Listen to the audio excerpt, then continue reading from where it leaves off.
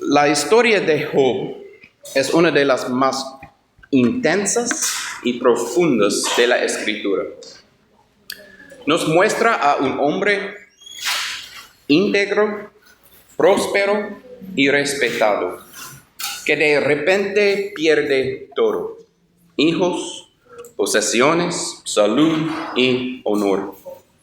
Lo que sigue no es solo un registro de calamidades externas, sino un relato del sufrimiento interno: desaliento, desesperanza, insomnio y preguntas que desgarran el alma. En nuestra cultura moderna hablamos de salud mental con términos clínicos.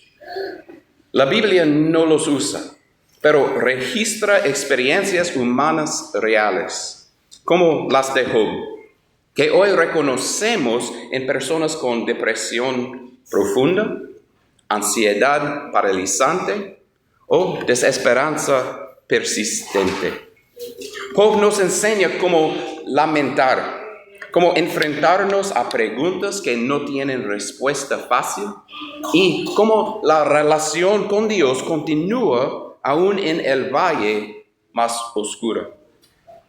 Hoy veremos que nos enseña Job sobre el dolor emocional y qué pasos prácticos la iglesia puede y debe dar para acompañar a quienes sufren.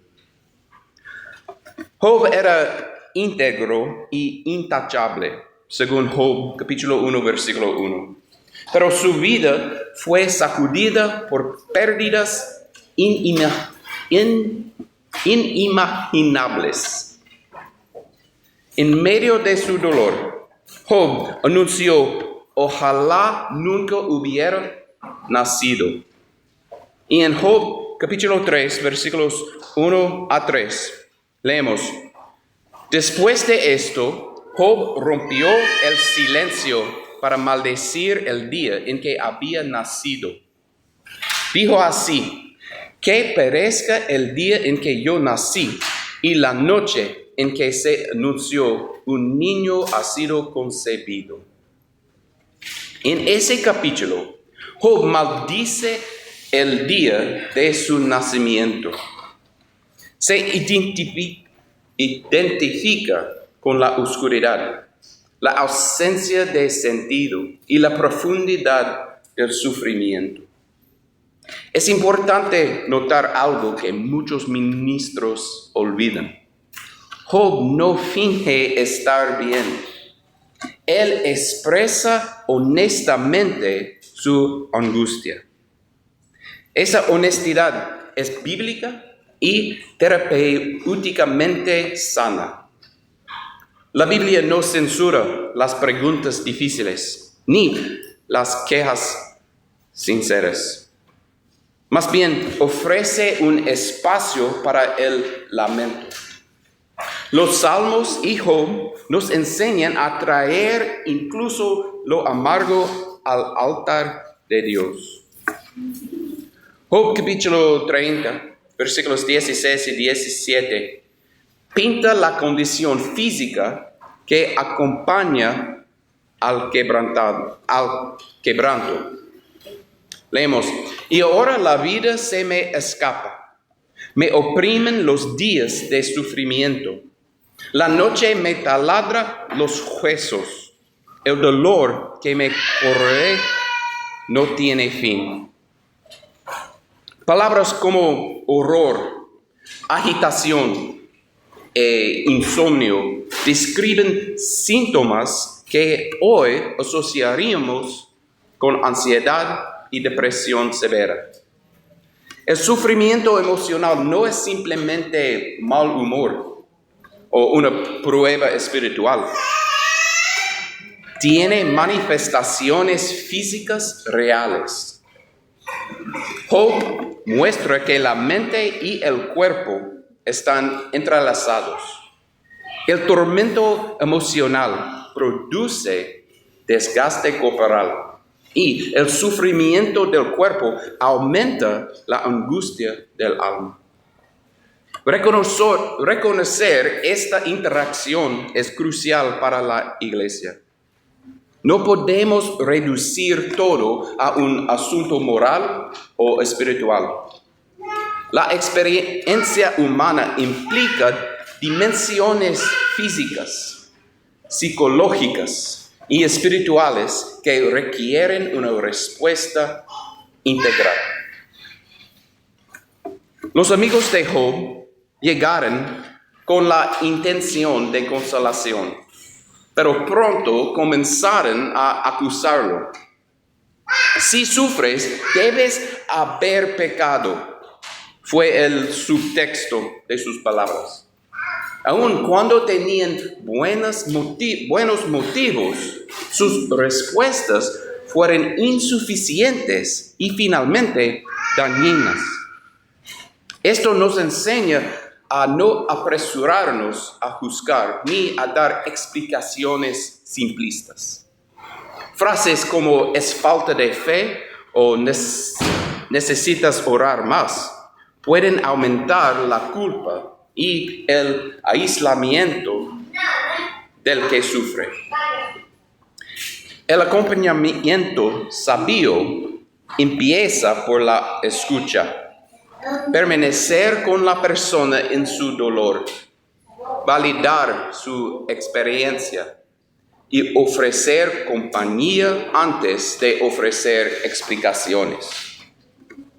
Aunque Job desafía a Dios y grita su dolor, no abandona la relación. Su honestidad queda dirigida a aquel en quien cree. Aún en la protesta hay una confianza residual. Job exige explicación, pero no renuncia a dirigirse a Dios. Esto nos recuerda que la fe no exige la supresión de la duda. La relación con Dios puede incluir preguntas amargas. Traerlas a la luz en oración es parte del camino de la sanidad. La iglesia debe ser un lugar donde la duda no sea motivo de expulsión, sino una puerta de entrada a una atención compasiva. Dios responde a Job, pero no con un sermón en términos teológicos, ni con una explicación causal del sufrimiento. Más bien habla de la maravilla de su creación y la limitación humana. Esta respuesta no elimina el dolor, pero recalibra la perspectiva humana y recuerda la soberanía y la sabiduría infinitas de Dios. Finalmente, el relato culmina en restauración. En Job, capítulo 42, versículos 10 y 11, leemos: después de haber orado Job por sus amigos, el Señor lo hizo prosperar de nuevo y le dio 2 veces más de lo que antes tenía. Todos sus hermanos y hermanas y todos los que antes lo habían conocido fueron a su casa y celebraron con él un banquete. Lo animaron y lo consolaron por todas las calamidades que el Señor había enviado. Y cada uno de ellos le dio una pieza de plata y un anillo de oro. Y ahora David va a leer bendijo más los últimos años de Job que los primeros, pues llegó a tener 14,000 ovejas, 6,000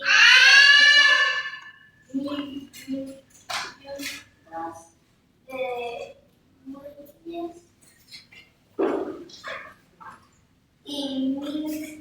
y mil asas. Gracias. Es un versículo sobre las maneras en que Dios bendijo a Job en los últimos años. Nunca debemos minimizar el valor de la restauración. Dios ciertamente restaura. Pero también advertimos que la restauración no borra el pasado vivido. El dolor fue real y la compasión es necesaria aún después de la recuperación. Recuerdo que el momento más doloroso y difícil de mi vida fue cuando perdimos nuestros gemelos. Me sentía completamente destrozada e impotente, ahogada en mi dolor como Job entre las cenizas. Me preguntaba qué había hecho para merecer todo lo que estaba sucediendo. Observaba cada día a Amy en el hospital con un dolor intenso. Lloré mientras nuestros bebés nacían y morían. Y odiaba no tener control sobre nada de lo que sucedía. Pero en medio de esa tormenta, me di cuenta de que Dios no me daría todas las respuestas, pero me dio su paz y su presencia. Me rodeó de su iglesia, llena de gente que me amaba. Y aún más importante, me dio a Amy.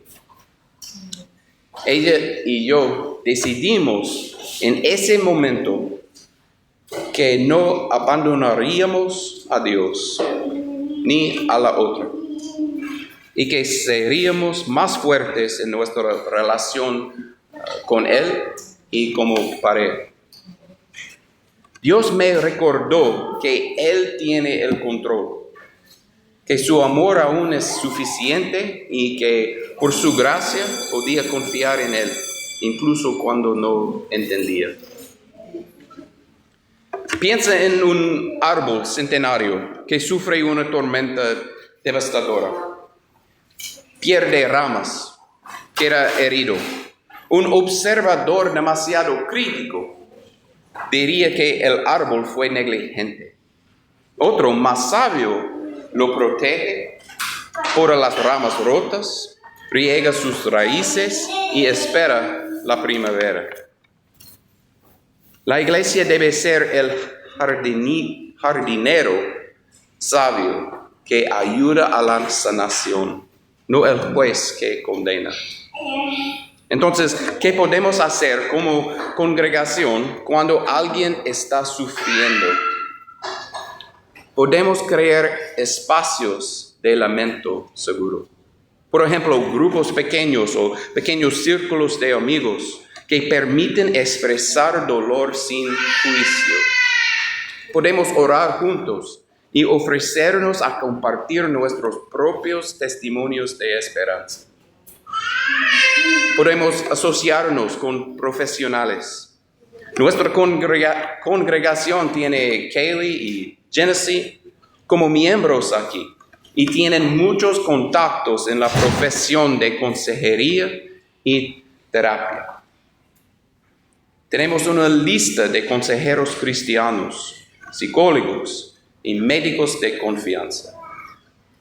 Podemos fomentar el uso de estos recursos sin estigmatizar la terapia.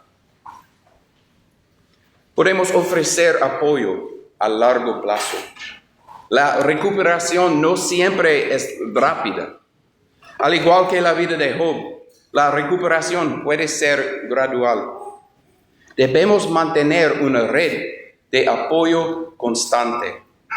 Las visitas, las llamadas y los mensajes de texto con nuestros hermanos que sufren pueden ser una gran ayuda. Y debemos evitar las explicaciones simplistas. En lugar de culpar, pregunte, ¿cómo puedo apoyarte? ¿O quieres que busque ayuda profesional? Estas preguntas preparan a todos para el siguiente paso. Job terminó reconociendo la grandeza de Dios, incluso sin todas las respuestas que quería. Nuestra esperanza no se basa en explicaciones completas, sino en la fidelidad de Dios que camina con nosotros. Cuando alguien de la congregación sufre, no se sienta avergonzado. El que nos ve en lo profundo es el mismo que trae restauración. Si hoy te sientes como Job, abatido, sin fuerzas, lleno de preguntas, te digo, no estás solo. Busca a un hermano o hermana que te escuche. Habla con un profesional si es necesario. Permite que la congregación camine contigo. La sanación puede ser un viaje largo, pero no lo recorres en soledad. Esta mañana, si tienes preguntas sobre tu salvación o quieres discutir el bautismo, por favor, hable conmigo después de nuestra oración. Gracias.